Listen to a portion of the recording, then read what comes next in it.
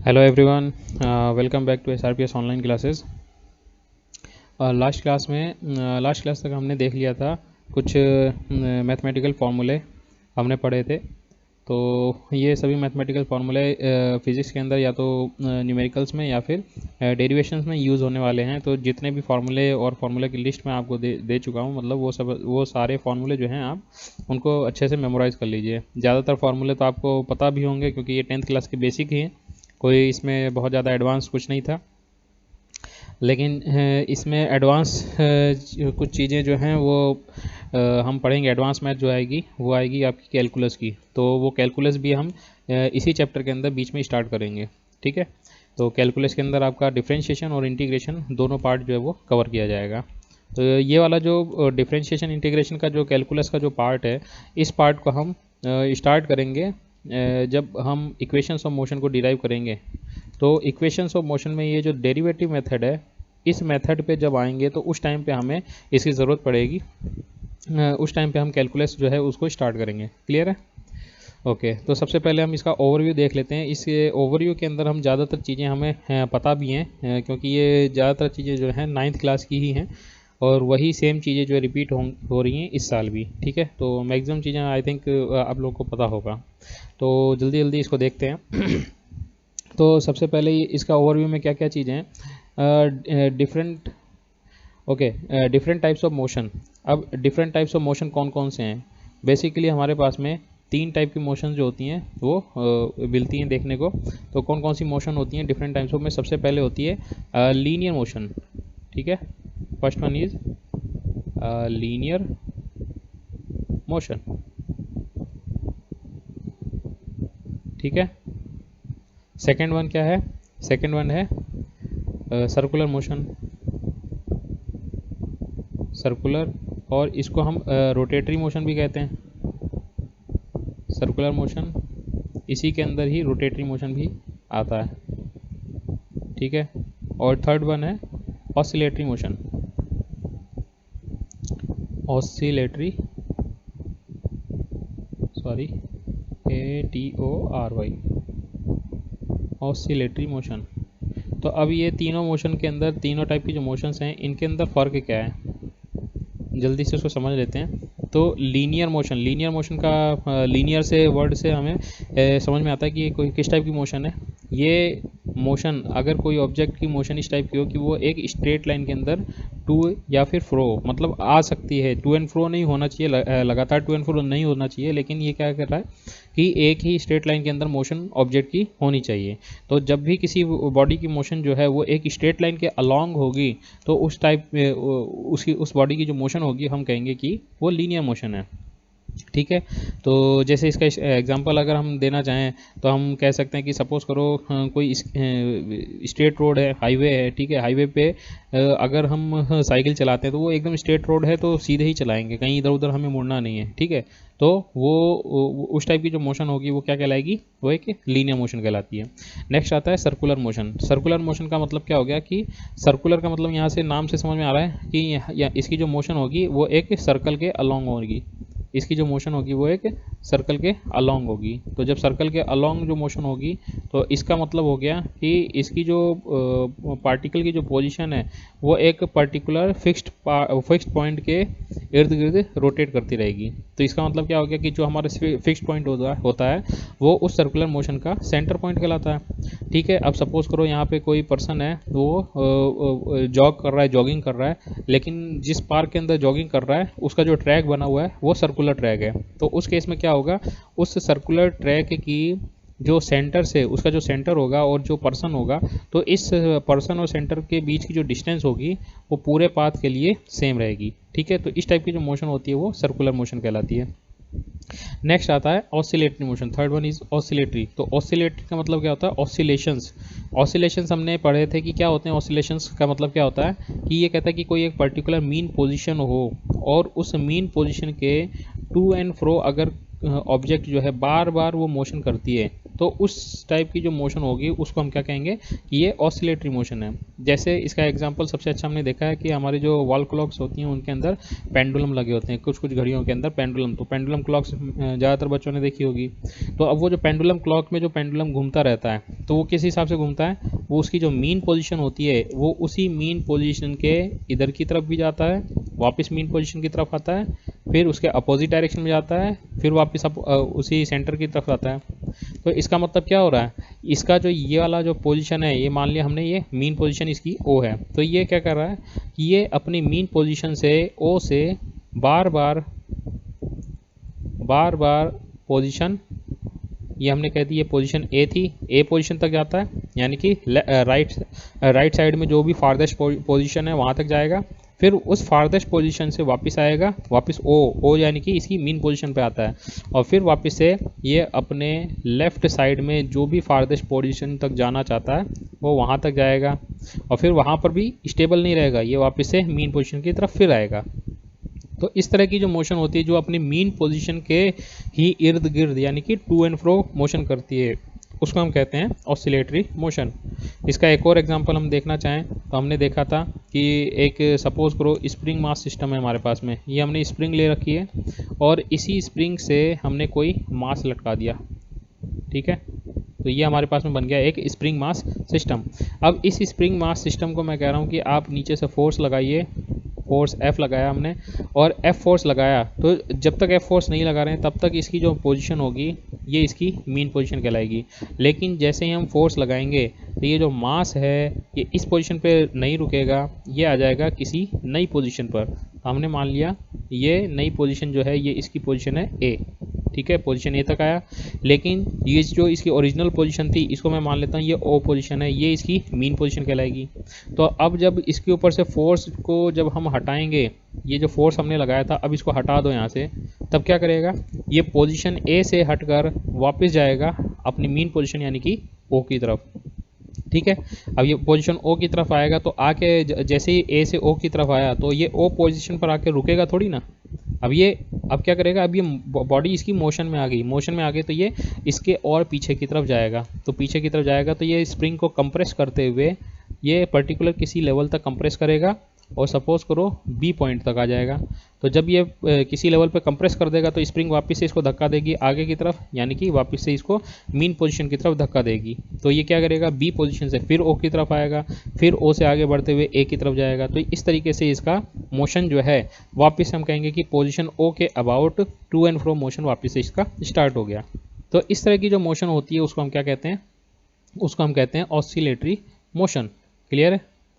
तो ये बेसिकली तीन टाइप की मोशंस हैं, linear motion, circular motion and oscillatory motion. इनमें से हम फर्स्ट जो लीनियर मोशन है इसका स्टडी करेंगे। ये जो लीनियर मोशन होती है ये वन डायमेंशनल होती है, जबकि जो सर्कुलर मोशन होती है ये टू डायमेंशनल होती है, ठीक है। तो टू डायमेंशनल का मतलब क्या हो गया कि जो लीनियर मोशन होगी, लीनियर मोशन का मतलब हो गया कि वन डायमेंशनल का मतलब हो गया कि इसको जैसे सपोज करो ये एक्स एक्सिस है, ये एक्स एक्सिस है, तो जो बॉडी की पोजीशन होगी वो ये हमने इसका एक्स एक्सिस के अबाउट ये सेंटर मान लिया, ये प्लस एक्स है, ये माइनस एक्स है। तो हम कह रहे हैं कि इसकी जो पोजीशन होगी, कोई एक ऑब्जेक्ट जो है वो एक स्ट्रेट लाइन में मोशन कर रहा है तो वो हमेशा एक वन डायमेंशन में ही चलता रहेगा, उसकी बॉडी को रिप्रेजेंट करना होगा। तो हम कहेंगे कि वो एक पर्टिकुलर फिक्स ओरिजिन पॉइंट से 10 मीटर की डिस्टेंस पे गया, 20 मीटर की डिस्टेंस पे गया, 15 मीटर की डिस्टेंस पे गया, है ना, मतलब सिर्फ हमें एक ही पॉइंट दिखाना है, तो वहाँ से उसकी डेफिनेशन पता चल जाएगी। लेकिन सर्कल में किसी पॉइंट को डिनोट करना होता है तो कोऑर्डिनेट ज्योमेट्री याद करिए, वहाँ पर हमें एक्स कोऑर्डिनेट और साथ साथ में वाई कोऑर्डिनेट दोनों को ही हमें रिप्रेजेंट करना पड़ता है, दोनों को ही दिखाना पड़ता है। तो जब दो कोऑर्डिनेट्स दिखाने पड़ेंगे तो वो हो जाती है टू डायमेंशनल। तो सर्कुलर मोशन का मतलब हो गया ये टू डायमेंशनल मोशन है, ठीक है। और ऑसिलेटरी मोशन जो है ये हमने बताया कि ऑसिलेटरी मोशन क्या होती है, एक मीन पोजीशन के टू एंड फ्रो मोशन। तो ओके, तो टाइप्स ऑफ मोशन, ये इसकी जो बेसिक डेफिनेशंस हैं ये डेफिनेशंस आप होमवर्क में आप अपने से बना के लिखेंगे, और ये एग्जांपल जो मैंने यहाँ पे दिखाए हैं इनका यूज़ आप कर सकते हैं। नेक्स्ट आता है डिस्टेंस एंड डिस्प्लेसमेंट। तो what is distance and what is displacement, यहाँ पे मैं लिख देता हूँ अब। हाँ, नेक्स्ट इज डिस्टेंस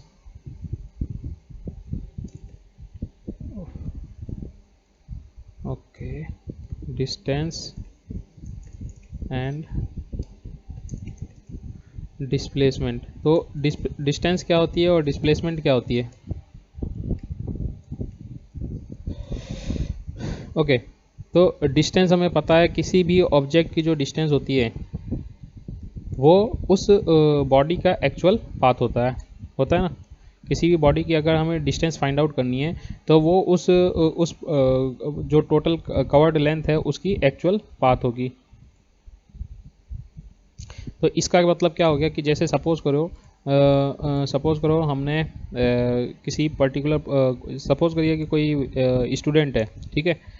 ये स्टूडेंट जो है ये कहाँ से चलना स्टार्ट करता है? अपने घर से चलना स्टार्ट करता है। मैंने ये कहा ये इसका होम है, होम, ठीक है। ये अपने घर से चलना स्टार्ट करता है और इसको कहाँ तक जाना है? इसको जाना है अपने स्कूल तक। ये इसका स्कूल, ठीक है। अब घर से स्कूल तक के जो रास्ता है वो एक तरीके से हम मान लेते हैं कि ये एक स्ट्रेट लाइन है, मतलब एक सीधा रास्ता है। वो उसको घर से निकलना है तो ये सीधी रोड पे चलता जाएगा और स्कूल पहुंच जाएगा। लेकिन ये क्या करता है? ये नटखट आदमी है, ये सीधे जाएगा नहीं, ये यहाँ से जाएगा पहले अपने फ्रेंड के घर पे, ठीक है। ये है फ्रेंड का घर, तो इसको मैंने मान लिया F1 फ्रेंड है, पहला दोस्त है। तो ये पहले जाएगा यहाँ से अपने दोस्त के घर पे, ठीक है। फिर ये अपने दोस्त को उठाएगा यहाँ से, दोस्त के घर से आने के बाद में अब ये कहाँ जाएगा? अब ये फिर से ये दोनों मिलके किसी दूसरे दोस्त के घर पे जाएंगे। ये मैंने मान लिया ये दूसरा दोस्त का घर जो है वो F2 है। फिर दूसरा दोस्त मिलके किसी तीसरे दोस्त के घर पे हो सकता जाए, तो ये तीसरे दोस्त का घर मैंने मान लिया F3 है। तो सपोज करो कि ये 4 लोगों की मंडली है। अब ये क्या कर रही है? अब ये चारों के चारों दोस्त एक साथ आ रहे हैं, तो अब ये क्या करेंगे? अब ये यहाँ से चलकर इसके स्ट्रेट रोड जो थी वो यहाँ से चलते हुए वापस स्कूल तक पहुँचेंगे, ठीक है। तो अब देखो हमने दो रास्ते देखे। दो रास्ते कौन कौन से देखे? एक रास्ता तो ये देखा कि यहाँ से स्ट्रेट लाइन, ये जो ओके ये जो स्ट्रेट लाइन है जो कि इसके घर और स्कूल के बीच का सीधा रास्ता है, ठीक है। तो ये पर्सन जो है, ये पर्सन या तो यहाँ से यहाँ तक, पर्सन को मैं मान लेता हूँ ये P पर्सन है, ठीक है। ये पर्सन जो है या तो अपने घर से स्कूल तक ये सीधे रास्ते से आ सकता था, तो इस रास्ते को मैं कह देता हूँ ये रास्ता नंबर 1 है, यानी कि फर्स्ट पाथ है, ठीक है। लेकिन उसने ट्रैवल कैसे किया? उसने ट्रैवल किया सेकंड पाथ से। सेकंड पाथ का मतलब क्या हुआ? ये अपने पहले फर्स्ट फ्रेंड के पास गया, फिर सेकंड फ्रेंड के पास गया, फिर थर्ड के पास गया, और ये तीनों मिलके गए कहाँ पर? स्कूल की तरफ, ठीक है। चारों मिलके स्कूल की तरफ गए। तो अब देखो यहाँ पे दो पाथ इसने चूज़ किए। अगर हम कहते हैं सेकंड पाथ को कंसीडर करें तो इसने एक तरीके से लंबा रास्ता तय किया, घर से निकलकर स्कूल तक जाने के लिए एक लंबा रास्ता तय किया, ठीक है। तो इस एक्चुअल पाथ की जो सेकंड पाथ है, इस एक्चुअल पाथ की जो टोटल लेंथ होगी, ये लेंथ क्या कहलाएगी?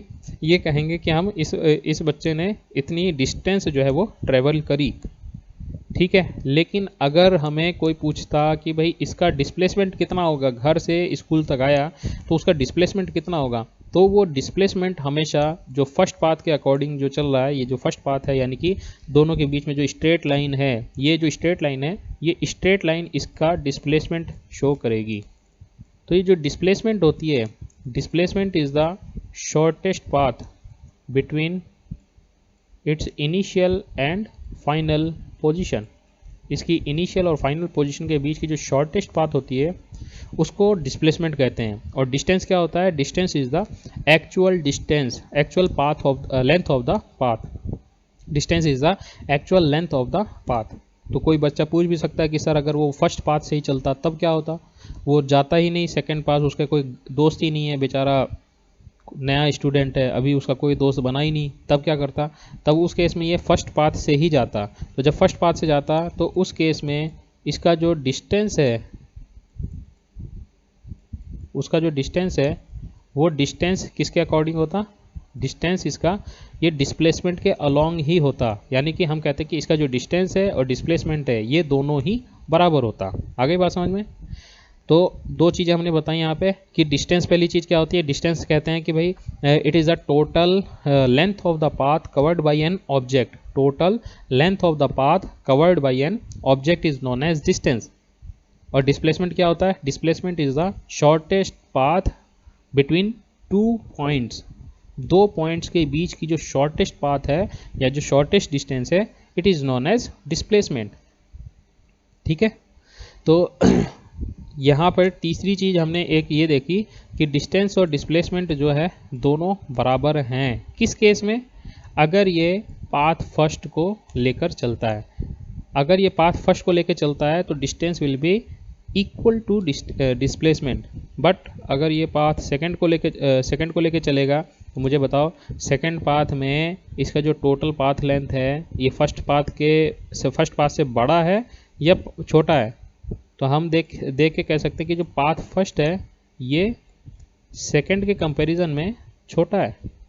तो जब सेकंड के कंपैरिजन में छोटा है तो पाथ फर्स्ट किसको रिप्रेजेंट कर रहा था, ये रिप्रेजेंट कर रहा था डिस्प्लेसमेंट को। तो हम कहेंगे कि सर डिस्प्लेसमेंट जो है, displacement is less than distance, displacement is less than distance. ये किस केस में है, ये सेकंड पाथ के केस में है। तो इसका मतलब क्या हो गया कि जो डिस्टेंस है और जो डिस्प्लेसमेंट है, या तो डिस्टेंस डिस्प्लेसमेंट के बराबर हो सकता है या फिर डिस्टेंस डिस्प्लेसमेंट से बड़ा हो सकता है। लेकिन कोई केस ऐसा हो सकता है क्या कि जहाँ पर डिस्प्लेसमेंट जो है वो बड़ा हो जाए डिस्टेंस से, तो वो ऐसा कोई केस हमें नहीं मिल सकता, क्योंकि शॉर्टेस्ट पाथ कौन सा है, शॉर्टेस्ट पाथ तो यही एक स्ट्रेट लाइन है ना। अब इससे छोटी डिस्टेंस तो हम कोई ले नहीं सकते दो पॉइंट्स के बीच की, तो इससे छोटी डिस्टेंस अगर नहीं होगी तो इसका मतलब क्या हो गया, हमें यहाँ पर पॉइंट मिल गया कि डिस्टेंस और डिस्प्लेसमेंट या तो एक दूसरे के बराबर होंगे या फिर distance will always be greater than the displacement. ठीक है, दो चीज़ें हो गई। तीसरी चीज़ हमने 9th क्लास में वेक्टर और स्केलर क्वांटिटीज़ के बारे में पढ़ा होगा। तो जिन्होंने नहीं पढ़ा है उनको आइडिया मैं दे देता हूँ कि दो टाइप की फिजिकल क्वांटिटीज़ होती हैं, एक होती है स्केलर क्वांटिटी और दूसरी होती है वेक्टर क्वांटिटी। तो ये जो स्केलर और वेक्टर क्वांटिटीज़ हैं इनके बारे में डिटेल के अंदर हम नेक्स्ट चैप्टर में पढ़ेंगे, लेकिन अभी बेसिकली एक चीज़ जान लेते हैं कि स्केलर क्वांटिटी और वेक्टर क्वांटिटी में क्या डिफरेंस होता है या क्या चीज़ें होती हैं। तो स्केलर क्वांटिटीज़ जो होती हैं इनको डिफ़ाइन अगर करना होता है तो हमें क्या क्या चाहिए होता है, हमें इसका मैग्नीट्यूड चाहिए होता है और साथ में अगर इसकी कोई यूनिट है तो वो यूनिट भी चाहिए होती है। ठीक है, तो यूनिट और मैग्नीट्यूड को हम रिप्रेजेंट कर दें तो वो स्केलर क्वांटिटी कंप्लीटली डिफाइन हो जाती है। लेकिन वेक्टर के केस में क्या होता है, वेक्टर के केस में ये कहता है कि भाई इसको मैग्नीट्यूड भी चाहिए, इसको मैग्नीट्यूड भी चाहिए, इसको यूनिट भी चाहिए, और ये गुमराह आदमी है, इसको कहता है कि अगर कहीं भेजोगे तो इसको डायरेक्शन भी बताना पड़ेगा। गुमराह आदमी कौन सा होता है, जिसको कोई डायरेक्शन का पता नहीं होता है ना। तो वेक्टर क्वांटिटीज़ को डायरेक्शन भी बतानी पड़ती है, लेकिन स्केलर क्वांटिटी में डायरेक्शन की ज़रूरत नहीं पड़ती। तो यानी कि इसकी डेफिनेशन हम कैसे बताएंगे, scalar quantities are those quantities for which it is needed magnitude and unit only to define them completely, but for vector quantities are those quantities which needs direction along with the magnitude and unit to define them completely। क्या मतलब हुआ, scalar quantities को define करने के लिए magnitude और unit की ही ज़रूरत पड़ती है, उसके अलावा डायरेक्शन की ज़रूरत नहीं पड़ती। जबकि वेक्टर क्वांटिटीज़ वो क्वांटिटीज़ हैं जिनको डिफ़ाइन करने के लिए, कंप्लीटली डिफ़ाइन करने के लिए मैग्नीट्यूड के साथ साथ यूनिट के साथ साथ डायरेक्शन की भी ज़रूरत पड़ती है। तो इनका एग्जांपल अगर हम देखना चाहें तो एग्जांपल क्या क्या है, फॉर एग्जांपल मास जो होता है, बॉडी का मास, सॉरी, तो बॉडी का जो मास होता है या फिर प्रेशर जो होता है या फिर वॉल्यूम जो होता है, ठीक है, तो ये सारी चीज़ें क्या हैं, ये सब स्केलर क्वांटिटी हैं। जबकि वेक्टर क्वांटिटीज़ में क्या आ जाएगा, वेक्टर क्वांटिटीज़ में आ जाएगा फोर्स। ठीक है, फोर्स या फिर मोमेंटम। मोमेंटम क्या होता है, momentum is the product of mass and velocity of the object. या फिर ये जो पढ़ रहे हैं हम, इसके अंदर डिस्प्लेसमेंट जो है, ये डिस्प्लेसमेंट भी वेक्टर क्वांटिटी है। डिस्प्लेसमेंट जो है ये भी वेक्टर क्वांटिटी है, जबकि डिस्टेंस जो होती है वो स्केलर क्वांटिटी है। डिस्टेंस क्या है? ये स्केलर क्वांटिटी है। ठीक है, तो यहाँ से हमें तीसरी चीज़ क्या पता चली कि distance is the scalar quantity while vector is the displacement is the vector quantity. Clear है? तो स्केलर क्या चीज़ होती है और वेक्टर क्या चीज़ होती है, ये चीज़ भी समझ में आ गई। स्केलर क्या है? स्केलर्स को डिफाइन करने के लिए हमें सिर्फ मैग्नीट्यूड चाहिए, यूनिट चाहिए, लेकिन वेक्टर्स को डिफाइन करने के लिए मैग्नीट्यूड, यूनिट के साथ साथ डायरेक्शन भी चाहिए। तो इसका एग्जांपल मैं एक थोड़ा सा समझा देता हूँ कि ये क्या कहना क्या चाहता है। जैसे हम कहते हैं कि किसी ऑब्जेक्ट के ऊपर 5 न्यूटन का फोर्स लगाया। सपोज करो ये हमारे पास में कोई ऑब्जेक्ट रखा हुआ है। अब इस ऑब्जेक्ट के ऊपर हम कह रहे हैं कि 5 न्यूटन का फोर्स लगाओ। तो ये हमने 5 न्यूटन का फोर्स लगाया। अब ये 5 न्यूटन का फोर्स अगर मैं हॉरिजॉन्टली लगाता हूँ तो बॉडी जो है क्या करेगी? बॉडी हो सकता है कि मूव करे। ठीक है, लेकिन अगर यही 5 न्यूटन का फोर्स अगर मैंने इस तरीके से परपेंडिकुलरली लगाया होता तो बताओ क्या ये मूव करती क्या? अब इस टाइम पे मैंने ये वाला फोर्स हटा दिया, ये वाला फोर्स हटा दिया। सपोज़ करो ये 5 न्यूटन का फोर्स सिर्फ यहाँ पे वर्टिकली लगाया होता, तब बताइए कि ये वाली बॉडी जो है ये आगे की तरफ मूव करती क्या? तब ये ऑब्वियस है कि तब ये बॉडी जो है मूव नहीं करती। तो इसका मतलब क्या हो गया कि फोर्स सिंपली हम ये नहीं कह सकते कि सिर्फ 5 न्यूटन का फोर्स लगाया, ये भी बताना पड़ेगा कि कहाँ लगाया। फोर्स की डायरेक्शन को अगर हम नहीं बताएंगे तो वो उसको कम्प्लीटली अभी डिफाइन नहीं कर, हम कहेंगे कि अभी कम्प्लीटली डिफाइन नहीं हुआ। 5 न्यूटन का तो हो गया, मतलब पता चल गया कि कितने अमाउंट का फोर्स लगाया, न्यूटन यानी उसकी मैग्नीट्यूड यूनिट आ गई, और 5 उसका मैग्नीट्यूड हो गया। तो हमें ये तो पता चल गया कि कितना अमाउंट का फोर्स लगाना है, लेकिन कहाँ लगाना है ये हमें पता नहीं है।